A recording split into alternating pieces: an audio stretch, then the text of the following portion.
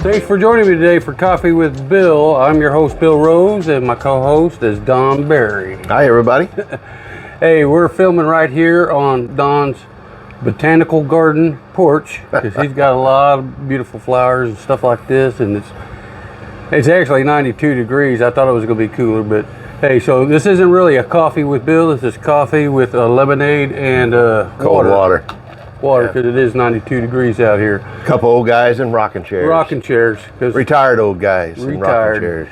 And we want to give a shout out to that guy in Carolina. What's his name? Ricky? No, Ridge. Rabbi Ridge. Rabbi Ridge Fogerson. Rabbi Ridge Fogerson. All the way out in Wake Forest. He's wide awake out there. Wide awake. That's right. Okay, so things you didn't know. The average life of a Major League Baseball is just 7 pitches. Yeah. It's amazing, isn't it? So I had to look up how many baseballs that they use, and it says 96 to 120 baseballs per game. And you know, the umpires have to rub each one of them down before the game. To make sure there ain't no pine tar or something on it. Yep. Now this I didn't know, and I wish they still had this because my life at the prison would be really nice. Lobsters used to be so cheap that they were frequently used to feed prisoners. No kidding. That would have been Boy, nice. that'd be nice, wouldn't it? Yeah. And I did not know this one. In the Philippines, McDonald's serves spaghetti. Really? And I think they put some chicken in it too. Huh. Along with their hamburger. Do you remember when they served pizza? No. Yeah, they did that on experimentals. Back in the, 80s or 90s, they did that. Well, they do have a new experiment, and they tried it over in, I think, Europe. I'm not sure. It come out last week. They're having, instead of the Big Mac with the hamburger patties, they're using the chicken patties. Oh. And it's, what do they call that? I don't know, but they're only testing it in Florida. Huh. So we don't get to see it. Yeah, they're healthier down there. All right, now for our weather, we're going to go to our chief meteorologist, Bobby Blackwater. Where is he at anyway? I think he's at home. Oh, okay. He might be on the river doing it. Who knows? Hey, this is your chief weatherman, Bobby Blackwater. Hey, really quick. This Monday, the 29th, it's going to be a high 85, and with a 70% chance of thunderstorms. So there's probably a good chance it might rain. And I think a low of 71 towards the evening with a 50% chance of thunderstorms. So I guess you might want to get a raincoat. Maybe. All right, back to you. This day in history, on this day in 1949 at the University of Illinois. Champaign-Urbana. Yep, a nuclear device was used for the first time to treat cancer. No kidding. I did not know. Here's a St. Louis Cardinal one. All right. 1977, Major League Baseball, St. Louis Cardinals, Lou Brock eclipses Ty Cobb's 49-year-old career stolen bases record. That's right. Yep. And it was at 893 as Padres win 4-3. Yeah. Now you're watching that. Now you remember this, and I watched it on the news. It was terrible. In 2005, this day in history, Hurricane Katrina made a second and third landfall as Category 3 hurricane, devastating much of the U.S. Gulf Coast from Louisiana to Florida Panhandle. Yeah. And it killed more than 1,836 and caused over 115 billion in damages. Amazing.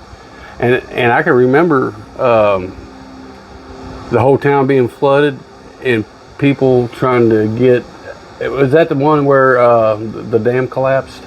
I don't remember that, but Lake Pontchartrain. Lake Pontchartrain, in New Orleans. Yeah, I think you're right. And they had all the backwater. Yeah. And the U.S. helicopters had to go and plug people off the roof. And they were in the football stadium down there. Yes. Yeah. That was during. It was hot. It was messy.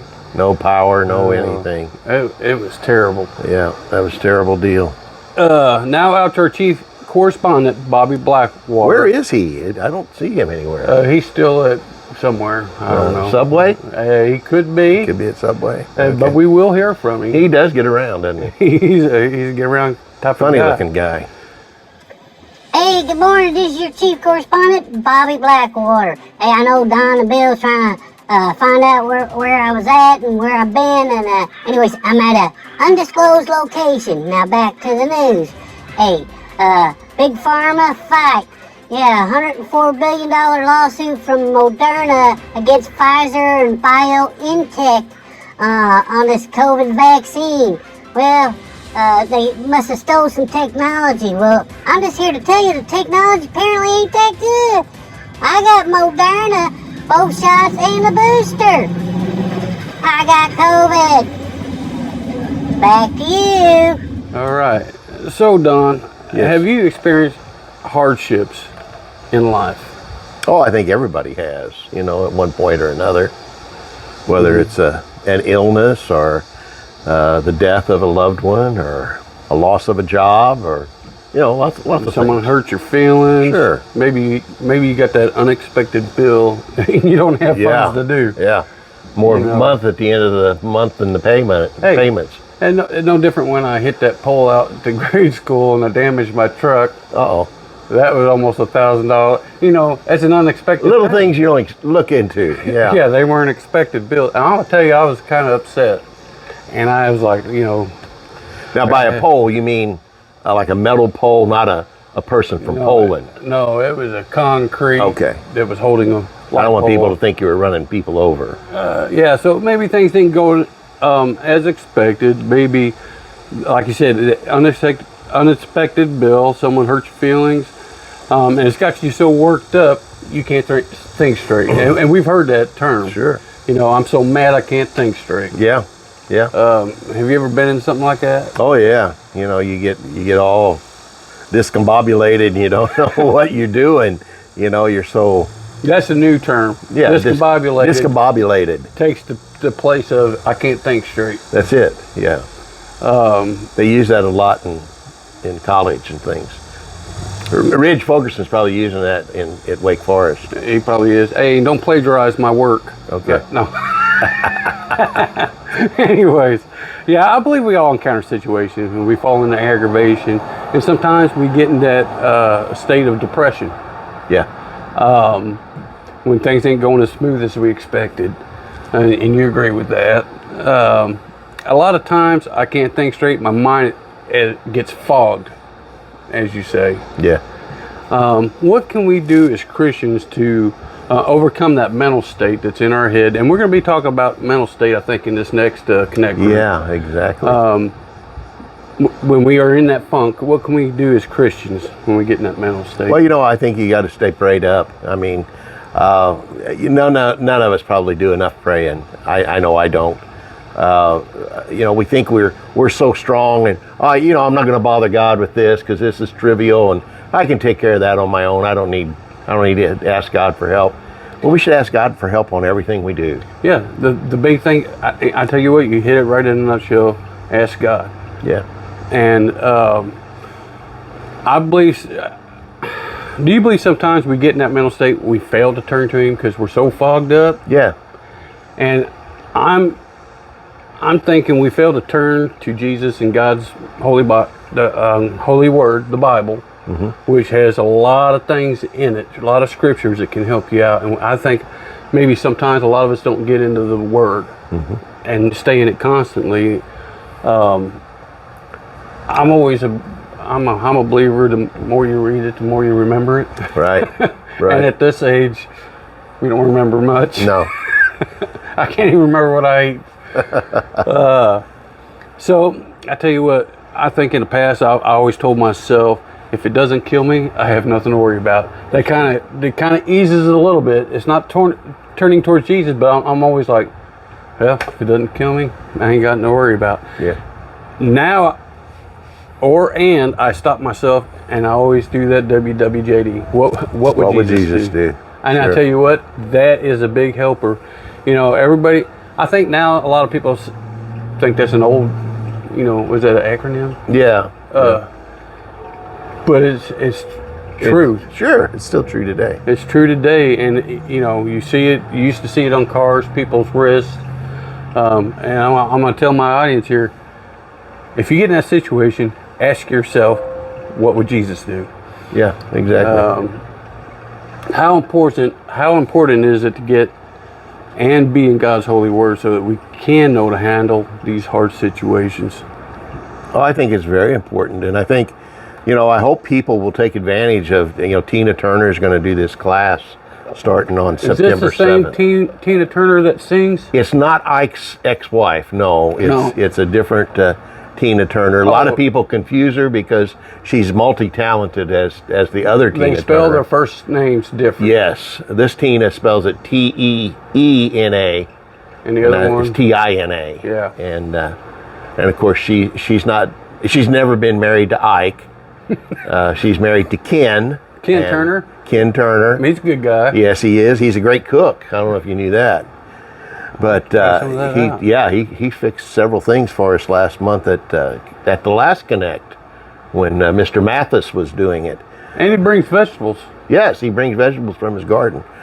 But I got the book last week and have looked through it. It's good. It's about getting out of your mind. The mind's our biggest enemy. We think things that aren't necessarily true. We add worries to ourselves. We anticipate things that don't necessarily ever happen, and it just works on us and churns us up, and it gets us away from God. And like I said, this new Connect group class that's coming up, it says get it out of your mind. Get it out of your mind. Head. Yeah. Out of your head, yeah. And I think that's one of the things is as we grow, we're setting our ways, and we need to get in that new mental state of turning to Jesus. Yeah. And get all the worldly things out of your head. Yeah. And turn to Jesus. I got a couple of scriptures in here. And I think I used one last week on fear, but this one is just turning to Jesus in times of despair and depression. It says, not this one, it says, come to me all who labor and are heavy laden, and I will give you rest. Yeah. Now, right there, that particular scripture tells me better than anything, go to him. I mean, that's it in a nutshell. He's telling you, come to me. Yeah. And that is in Matthew 11:28. In Psalms 34, 17 through 18, I read this last week, is when the righteous cries for help. That's us looking to him in those times of need. The Lord hears and delivers them out of all their troubles. Mm-hmm. That kind of hits a lot of things right there. Yes, it does. And I think I might have had this one on last week too. It says, fear not, for I am with you. Be not dismayed, for I am your God. I will strengthen you. I will help you. Yeah. I mean, a lot of things, like you said, we try to handle it on our own. And when we handle it on our own, 9 times out of 10, we screw it up. Yeah. So I encourage you guys from here on out, and when you're encountered with these troubled times, depression, and like you said, Don's been through them, I've been through them. First thing is, what would Jesus do? That's and right. then you turn to him for your answers, and he will give you comfort. That's right. So really quick, we got, like we said, upcoming event that's going to start September 7th, the Connect group with Teena Turner. It's Get Out of Your Head, and it's going to be a 6-week, 6-part session. And the ladies are cooking this time, not the guys. Yeah, so you'll probably get better food. The quality of food will go up greatly. When us guys did it, we've kind of, I think a couple times we didn't do dessert. We didn't do dessert, but we didn't have any cases of botulism. So I mean, right. that was a plus. Or whatever. Yeah. Any of that good stuff. And so you want to come at 5 p.m. and have supper with us. This is a time where we can socialize with other Christians and sharpen each other's swords and just. And, if you're lucky, you might get into a conversation with Paul Estel, and he's always there, and he loves. He has a lot of words of wisdom for everyone, and he's always a pleasure to talk to. And we have Saturday services at 5 p.m. 5 p.m. And on Sunday, we have services at 10:30 a.m. And if you come a little earlier, you can enjoy some coffee with us. Remember, love God. Love people. And live like Jesus. That's on September 7th, we're going to have a new program come out on Wednesdays online called Words from Wake Forest.